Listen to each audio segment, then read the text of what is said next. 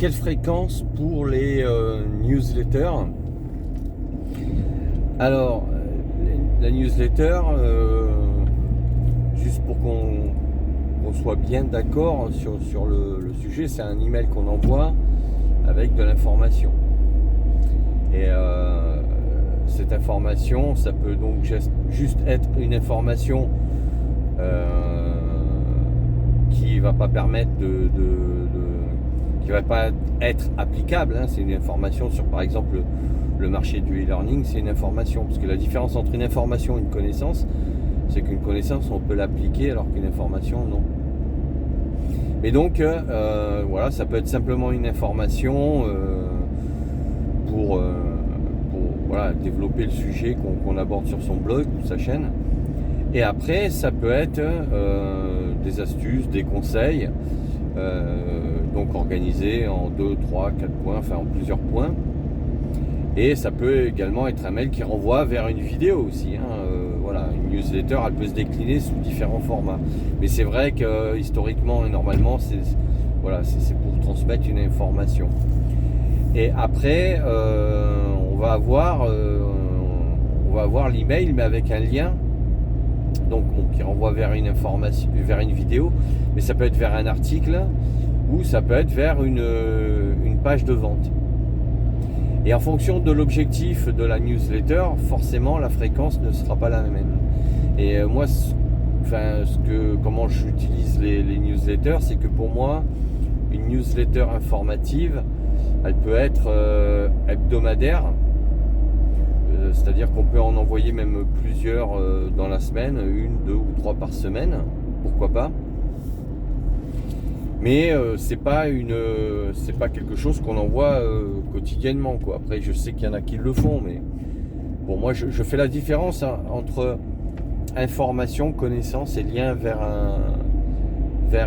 une vidéo, un article ou une page de vente.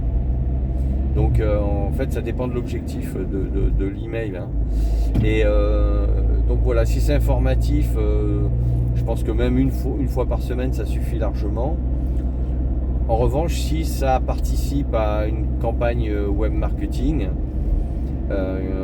pour annoncer le lancement d'une formation, par exemple, ça peut se faire à ce moment-là tous les 2-3 jours pendant une semaine à 10 jours ou 3 semaines ou un mois. Voilà, c'est ce qu'on va appeler le pré-lancement, quoi. C'est-à-dire que on va parler du sujet qui est abordé dans la formation qu'on va à terme peut-être proposer.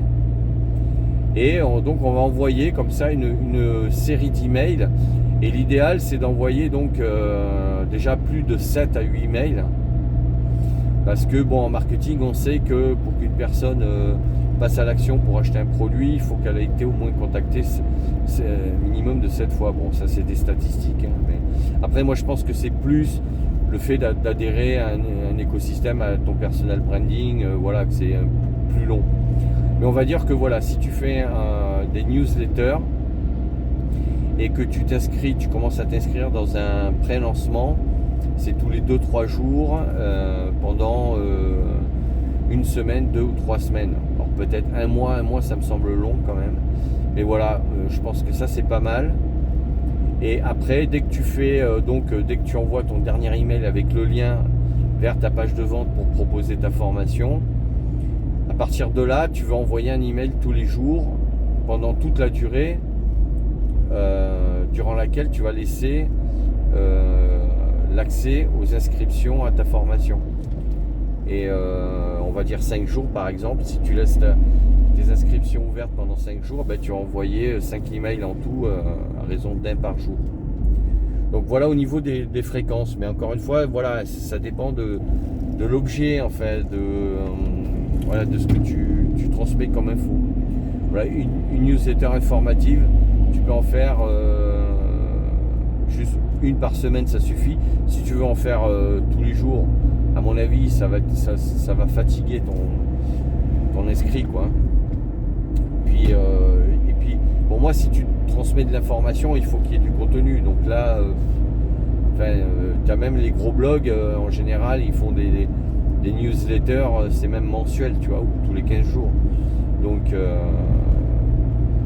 voilà, je te dis maximum, minimum une par semaine, c'est déjà pas mal. Ça permet de garder un contact comme ça avec ta liste.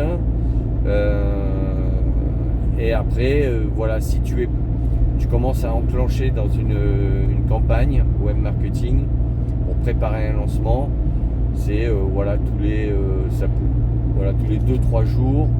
Moi je pense que tous les 3 jours c'est pas mal pendant 3 semaines. Après voilà, c'est en fonction de comment toi tu ressens le truc. Si tu veux faire plus long, fais plus long. Le pré-lancement c'est moins gênant quoi. Tu peux faire ça sur un mois, allez, on va dire ça. En revanche, voilà, dès que tu ouvres les inscriptions à ta formation, si tu les laisses ouvertes pendant une semaine, à partir de là, tu vas devoir envoyer un email tous les jours, mais avec des étapes bien précises à respecter, quoi. Parce que là aussi, quand tu fais un lancement, une fois que tu ouvres les inscriptions, là tu es dans du pur marketing, donc il y a des étapes à respecter pour communiquer efficacement quoi, avec ta liste. Parce que là, à terme, tu vas leur déjà, quand tu fais ton premier email, tu leur annonces que tu lances une formation. Tu vois, déjà, tu leur annonces, donc il y a pas anguille sous roche. Et tu leur dis voilà, j'ai mis en place cette formation, il y a un lien pour aller vers la page de vente et éventuellement l'acheter, donc s'inscrire.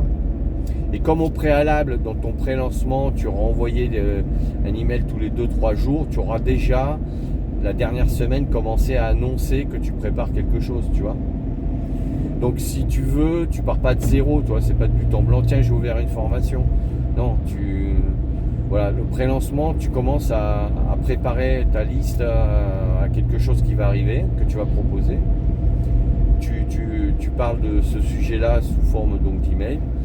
Et quand tu ouvres les inscriptions, forcément à chaque fois, donc quand tu envoies un email tous les jours, chaque jour dans l'email, tu auras forcément un lien pour que les gens puissent s'inscrire. Et tu leur annonces que ta formation est disponible que 5 jours. Ça, il faut l'annoncer parce que voilà, sinon ça sert à rien.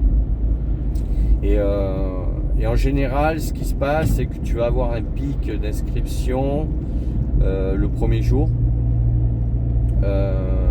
Tu peux éventuellement en avoir entre le 2 et 4e jour, ça peut arriver. Parce que ce qui peut arriver, c'est qu'après les gens, comme ils ont de toute façon les emails qui sont dans leur boîte mail, donc après ils peuvent réouvrir même un mail que tu as envoyé la veille et s'inscrire. Donc voilà, c'est pas gênant. Mais en règle générale, tu vas avoir un taux important d'inscription le premier jour, ça va stagner après entre le 2 et 4e. Et tu vas avoir un pic d'inscription le dernier jour, quoi. Voilà. Et souvent même les dernières heures avant que tu fermes les inscriptions. Donc voilà pour la fréquence d'envoi des newsletters. Alors j'ai peut-être un peu mélangé les deux entre la newsletter pure et dure et les emails web marketing pour faire un lancement, ok. Mais parce que je l'ai fait pour te montrer la différence entre les deux justement. Voilà. Donc j'espère avoir répondu à ta question. N'hésite pas à me le dire en commentaire, à mettre un pouce bleu, à t'abonner à la chaîne et pense à la petite cloche aussi, ça fait toujours plaisir. Et comme ça au moins quand je sors une nouvelle vidéo, tu reçois une notification. Voilà. Si tu veux aller voir la nouvelle vidéo, comme ça tu es prévenu. Et tu peux aussi télécharger gratuitement mon livre Devenir formateur en ligne, il est gratuit sur mon blog Cap sur vous, tu as le lien dans la description de la vidéo. Je te dis à bientôt pour d'autres vidéos.